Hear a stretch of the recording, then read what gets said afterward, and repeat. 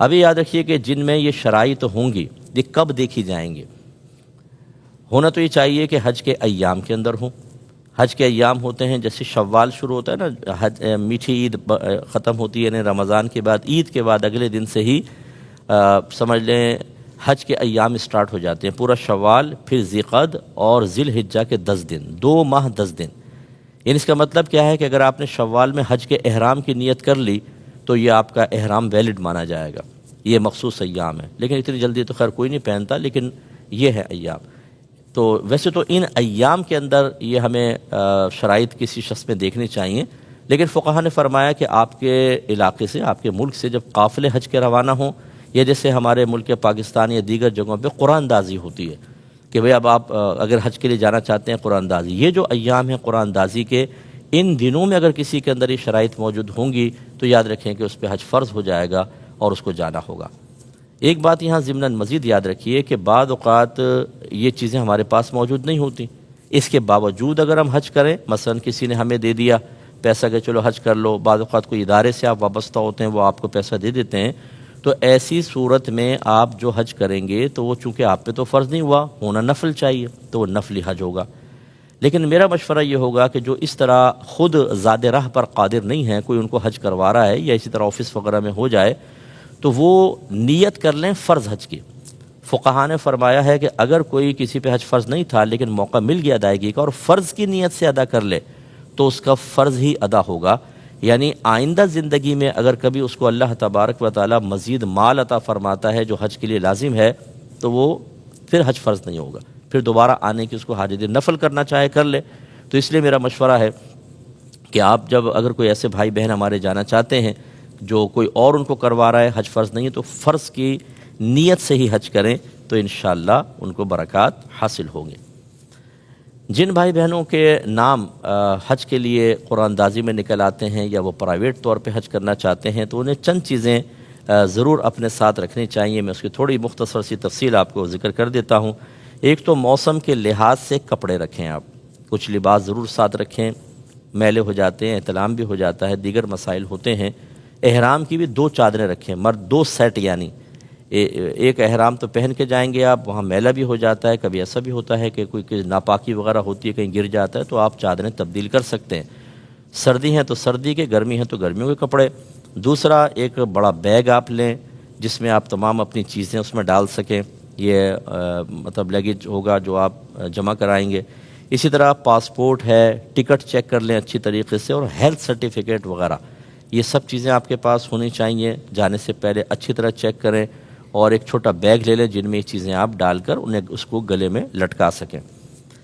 مرد جو ہیں وہ احرام کی 2 چادریں لیں گے، جیسے میں نے بتایا 2 سیٹ لے لیں، اور میرا مشورہ ہے کہ تولیہ والا احرام لیجئے گا۔ وہ کپڑے والا ہوتا ہے وہ ذرا گیلا ہو جائے تو کھال سے چپک جاتا ہے اور جسم کی حیت ظاہر ہوتی ہے۔ تولیہ والا ٹھیک رہتا ہے، پسینہ بھی جذب رہتا ہے اور موٹا بھی ہوتا ہے، ستر کی اچھی حفاظت ہو جاتی ہے، ہوا میں زیادہ اڑتا بھی نہیں ہے۔ لیکن بعض اوقات آپ جائیں گے دکانوں پہ لکھا ہوگا عورتوں کا احرام، عورتوں کا کوئی احرام نہیں ہوتا، عورتیں اپنے وہی سلے ہوئے لباس میں نیت کریں گی۔ یہ بیچنے کے چکر ہوتے ہیں، بچیوں کو پتہ نہیں ہوتا، خواتین کو، ہماری بہنوں کو، وہ لے کر وہ پہن لیتی ہیں، اسکارف ٹائپ ہوتا ہے، چہرہ نظر آ رہا ہے پورا نیچے تک، وہ آپ کا ایک کپڑا ہوتا ہے، اس کو احرام کہہ دیتے ہیں۔ عورتوں کا کوئی احرام نہیں ہوتا، خواہ پیسہ خرچ کرنے کی حاجت نہیں ہے، جو آپ کے مطلب عام لباس ہے اسی میں آپ کریں، باقی اور کیا احتیاط کرنی ہے وہ احرام کی میں ضمن میں عرض کر دوں گا۔ اس کے علاوہ ایک بیلٹ باندھ سکتا ہے مرد جو ہے، یہ یاد رکھیں کہ مرد کو سلا ہوا لباس پہننا منع ہوتا ہے، لیکن یہ بیلٹ جو ہے وہ سلے ہوئے لباس کے اندر نہیں آتی۔ ہمارے عرف میں کوئی بھی اس کو لباس نہیں کہتا، لیکن پھر بھی آپ اس سے صرف احرام کو سنبھالنے کی نیت نہ کریں بلکہ قصد و ارادہ کریں کہ میں اس میں پیسے، اپنے پاسپورٹ یا دیگر چیزیں رکھ لوں گا، بیلٹ باندھنے میں کوئی حرج نہیں ہے۔ اسی طریقے سے لاسٹک ہوتی ہے، اس کو لاسٹک، یہ بھی کوئی ایسا نہیں ہوتی، اگر آپ کو یہ گمان ہو، جیسے بچے ہوتے ہیں نا، ان کو کبھی یہ بیلٹ بھی نہیں سنبھال پاتے، ان کو ایک مطلب وہ لاسٹک کر کے باندھ دیں تو وہ بالکل احرام کو روک کے رکھیں گی، ورنہ یہ سرک جاتا ہے اور پھر وہاں پر مسائل ہوتے ہیں، کیونکہ ہر ایک کو احرام پہننے کی عادت نہیں ہوتی۔ اپنے مصلی لے لیں، تسبیح وغیرہ لے لیں، جیسے بعض اوقات کسی جگہ خاص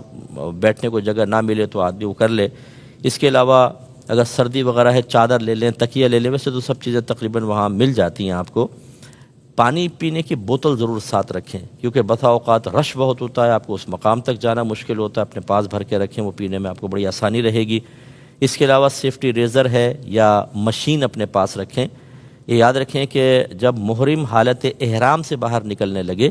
تو وہ اپنا سر بھی مونڈ سکتا ہے اور دوسرے محرم کا بھی سر صاف کر سکتا ہے، لیکن جب باہر نکلنے کا موقع نہ ہو، یعنی احرام کی پابندی سے باہر نکلنے کا وقت نہ ہو، اس سے پہلے اگر آپ کسی کو سر مونڈیں گے یا اپنا سر صاف کروائیں گے تو دم لازم ہوتا ہے۔ دم کا مطلب ایک بکرا یا دمبا ذبح کرنا۔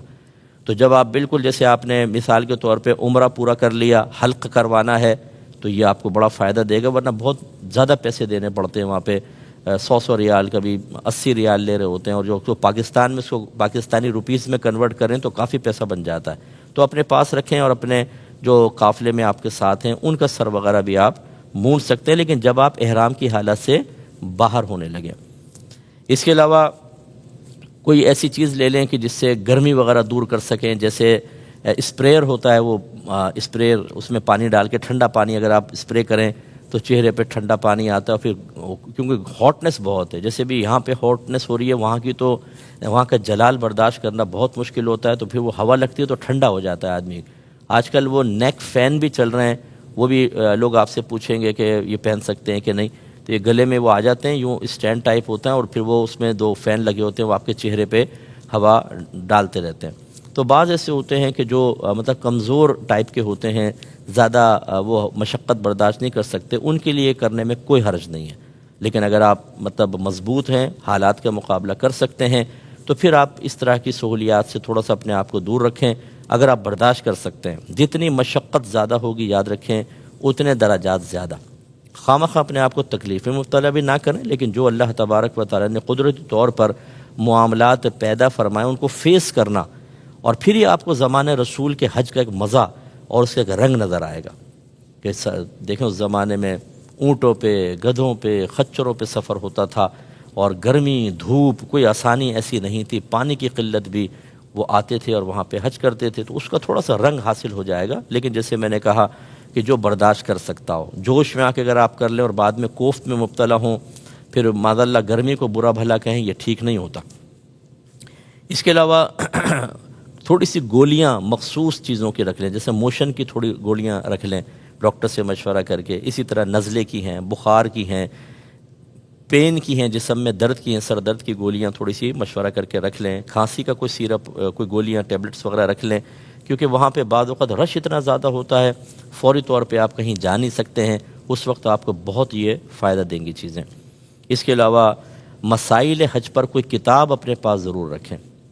ضرور کوئی اچھے مستند عالم دین مفتی صاحب کی کتاب اپنے پاس رکھیں، تاکہ وہاں پہ آپ وقتاً فوقتاً اس کو پڑھ کر صحیح مسئلہ حاصل کر سکیں۔ آپ جب وہاں جاتے ہیں، ہم نے عام لوگوں کو دیکھا ہے، کوئی کتاب پاس نہیں ہوتی، کوئی مشکل درپیش آئی، لوگوں سے مشورہ کرتے ہیں،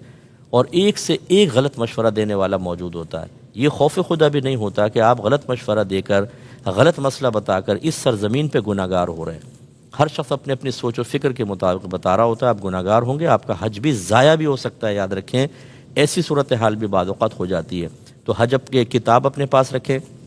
اس کے علاوہ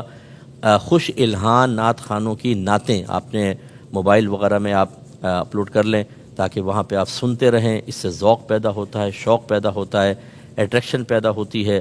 اور بہت ہی ضروری چیز جو زاد راہ کے اندر میں شمار کرتا ہوں، وہ ہے اپنی باطنی تربیت۔ اگر آپ غصیلے ہیں تو غصہ برداشت کرنے کی ابھی سے عادت ڈالیں۔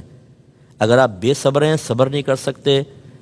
فوراً کوئی آپ کو نعمت نہیں ملتی، کوئی آرام کی چیز نہیں ملتی، تو آپ فوراً چڑچڑے پن میں مبتلا ہو جاتے ہیں، آپ لڑائی جھگڑا فتنہ فساد شروع کر دیتے ہیں۔ اس عادت کو تبدیل کریں،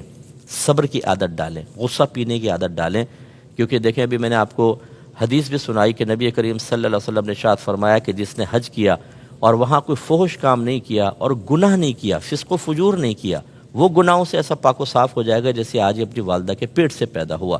اس لیے باطنی تربیت بہت ضروری ہے۔ میں نے وہاں دیکھا ہے ماں بہن کی گالیاں بک رہے ہوتے ہیں، گریبان پکڑ رہے ہوتے ہیں، کس پر؟ بوٹی نہیں ملی، ہمیں آرام نہیں ملا، فلاں چیز بس دیر سے کیوں آ گئی، فلاں چیز کیوں ہو گئی۔ وہاں پہ آپ آرام کے لیے نہیں جا رہے،